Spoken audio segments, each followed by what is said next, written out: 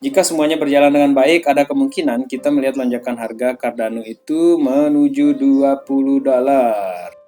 Welcome back to Black John my friend. Pada update kali ini kita akan berbicara tentang Bitcoin, Terra Luna, Cardano, Koti, dan beberapa hal menarik dari koin yang market cap-nya itu sekarang masih berada di bawah 500 juta dan tampaknya itu tahun-tahun yang akan datang itu akan menjadi salah satu penantang besar di dalam peringkat 20 besar market cap yang ada sekarang ini. Baik, kita langsung saja. Sudah sejak lama kita sudah mengalami yang namanya FUD di Bitcoin ini dan masih saja banyak yang terbawa suasana oleh Bitcoin yang jatuh di bawah 40.000, bahkan ada juga yang mengatakan bahwa di tahun 2018 itu juga bisa jatuh di bawah 4.000 dolar, tetapi akhirnya Bitcoin masih saja bisa bertahan dan bahkan dia mempertahankan harganya hingga sekarang ini. Meskipun kemarin sempat turun di 39.000 dolar sekitar itu dan sekarang ini sudah naik lagi ke 40-an ribu dolar ya. Jadi di awal minggu kemarin ini kita memang mengalami penurunan ya di awal minggu yang padahal semua orang itu mengantisipasi akan terjadi kenaikan gitu. Tapi ya seperti itulah pasar Bitcoin ini ya. Dan sekarang ini kita ke berita pertama kita. Apa yang mendorong institusi untuk menginvestasikan asetnya ke kripto ya? Ini berdasarkan penjelasan dari David Olson dari BlockFi. Dan menurut David Olson itu lebih dari 80% hedge fund top 50 di dunia itu telah kami ajak bicara dan mereka semua memulai semacam perjalanan ke dalam crypto space.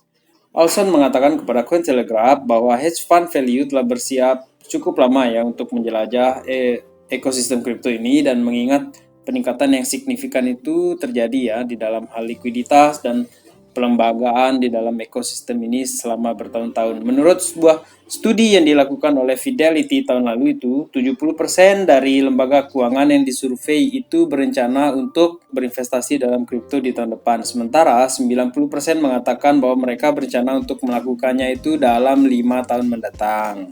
Dia juga menambahkan bahwa kripto akan memperbaiki saluran sistem keuangan di seluruh dunia dimulai dengan menghapus biaya mahal dari bank. Dan dulu bank serta orang-orang kaya itu banyak meragukan dan tidak percaya ya dengan kripto ini, lalu kripto ini hanya mainan anak-anak muda saja. Kemudian institusi masuk, kemudian institusi kelas dunia juga ikut masuk, orang-orang kaya masuk, dan nanti pada akhirnya nanti itu adalah kripto ini hanya tempat bermain untuk orang-orang kaya saja. Jadi bagaimana ini menurut kalian teman-teman? Sekarang kita ke bagian teknis ya untuk Bitcoin ini. Menurut Kevin Spencer ini memang tahun 2022 ini sejak awal itu telah memperlihatkan kepada kita mengenai belum jelasnya arah Bitcoin ini. Sehingga dalam sewaktu-waktu dia bisa naik dan lalu turun begitu saja. Dan tidak juga terjadi pergerakan downtrend yang dalam sekali seperti yang diharapkan oleh para beruang-beruang yang bearish di luar sana ya. Dan kita ini memang masih dalam fase netral untuk sekarang ini secara umum ya pasar ini. Tetapi saya ingatkan kembali di sini teman-teman bahwa secara pengalaman ya beberapa tahun yang lalu itu ketika Bitcoin ini sudah flat datar seperti ini terlalu lama itu, ini sudah berbulan-bulan ini, itu biasanya ini yang terjadi itu adalah pergerakan besar-besaran dalam harganya. Alasan saya katakan masih belum mau ngegas Bitcoin ini itu kalau kita lihat dari chart dengan time frame 1 bulan ya, kita di sini tuh masih menciptakan lower high untuk candle bulanannya. Sedangkan RSI bulan ini tuh sudah membuat falling wedge ya, dan ini jika tembus resisi ini ya bakalan lumayan untuk kenaikan Bitcoin ini. Sedangkan untuk time frame yang lebih kecil sekarang ini di RSI maupun MACD-nya itu sudah memperlihatkan bullish divergence, dan jika skenario di time frame 4 jam ini terjadi berjalan lancar maka Bitcoin menuju 50 dolar itu akan tampak segera bisa terjadi ya. Ya, mari kita berharap bisa terjadi demikian gitu kan, biar kita lebaran dengan bahagia. Sekarang untuk yang sempat panik ya dan telah menjual koin Luna itu, karena kemarin Luna jatuh di bawah 80 dolar itu pasti sekarang ini sedang kesal ya, karena ya Luna kan balik lagi reboundnya cepat sekali dia. Dan dia sempat turun di bawah 80 dolar, kemudian tadi juga dia sudah menyentuh 90 dolar gitu. Dan Luna ini bergerak dengan kecepatannya sendiri ya, bahkan bulls mengincar ATH baru. Jadi untuk Luna ini pada saat penulisan berita ya, Luna itu diperdagangkan pada harga 87 dolar ya dengan keuntungan 4% dalam grafik 4 jam ini ya. Dan saat Bitcoin dan cryptocurrency itu yang lebih besar itu sedang berdarah-darah karena di bawah tekanan penurunan itu, maka Luna ini sekarang ini katanya ini mengisyaratkan akan to the moon. Ya memang ya, fundamental jangka panjang di balik peningkatan cryptocurrency Luna ini itu memang merupakan pemikat ya untuk para investor, dan cryptocurrency asli dengan Terra dan ekosistemnya ini telah menarik pengguna baru ya, user baru karena produk dan mekanisme stakingnya. Dua sisi mata uang yang sama ya, Luna dan stablecoin Terra UST itu telah mengambil alih sektor DeFi sekarang ini. Baru-baru ini stablecoinnya Terra Luna itu UST ya, itu menjadi yang terbesar ketiga di dalam kapitalisasi pasar ya. Sekarang dia sudah menyalip BUSD menjadi yang ketiga sekarang ini. Tetapi ini total market volumenya itu masih sangat tipis ya. Jadi sewaktu-waktu bisa aja mereka ini saling salip atau gonta-ganti ya. Seperti yang terjadi pada Cardano, Solana, Terra Luna, dan XRP sekarang ini di dalam peringkat 10 besar. Sekarang kita ke Cardano teman-teman.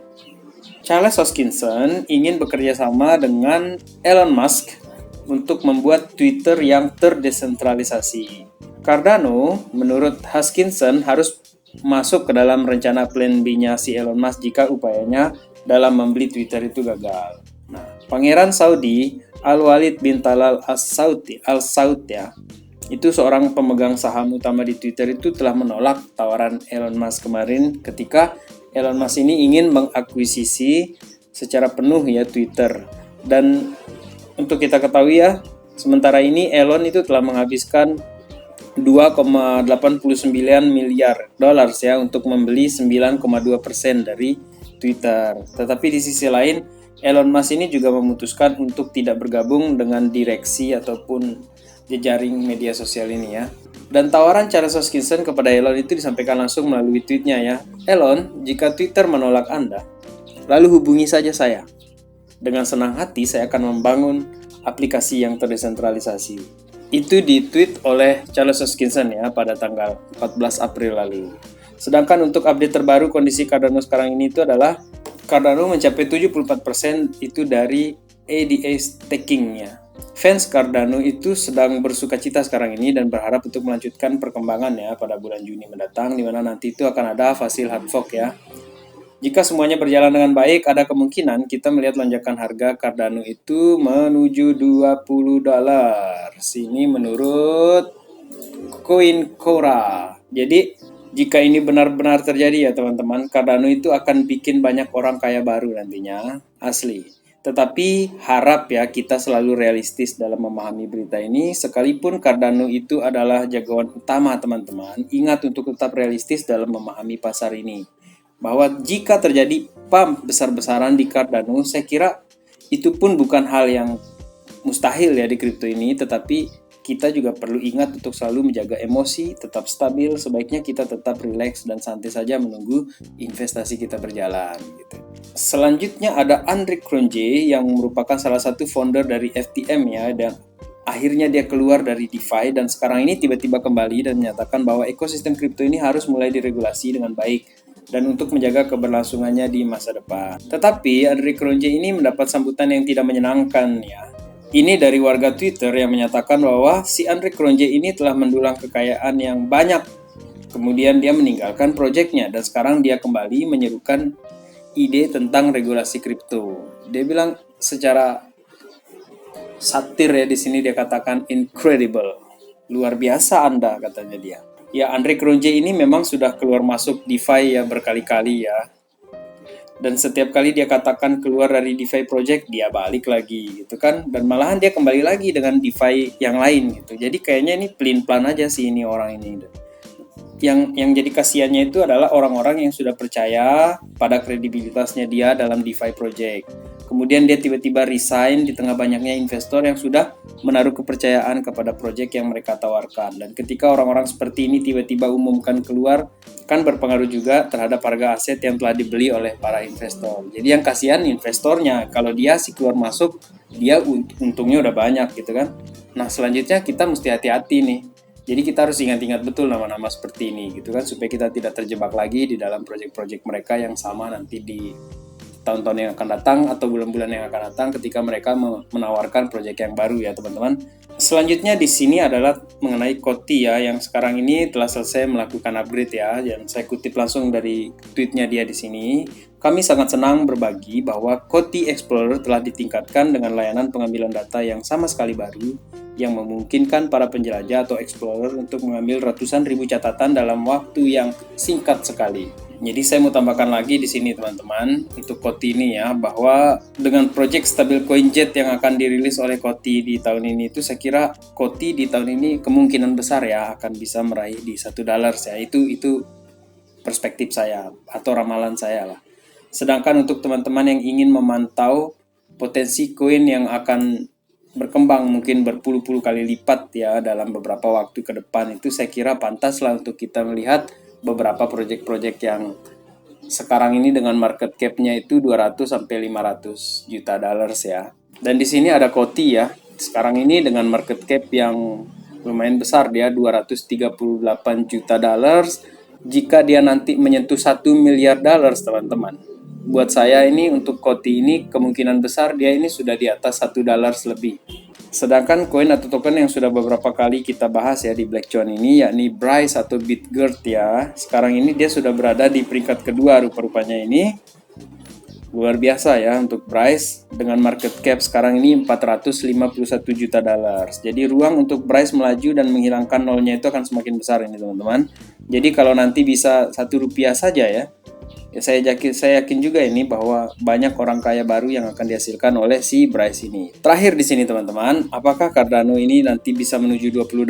Sebaiknya kita tunggu saja di Vasil Hard Fork di bulan Juni nanti ya, dan semoga juga harga Bitcoin itu bisa aman, stabil, dan dia menanjak terus bahkan lebih tinggi dari harga yang sekarang ini.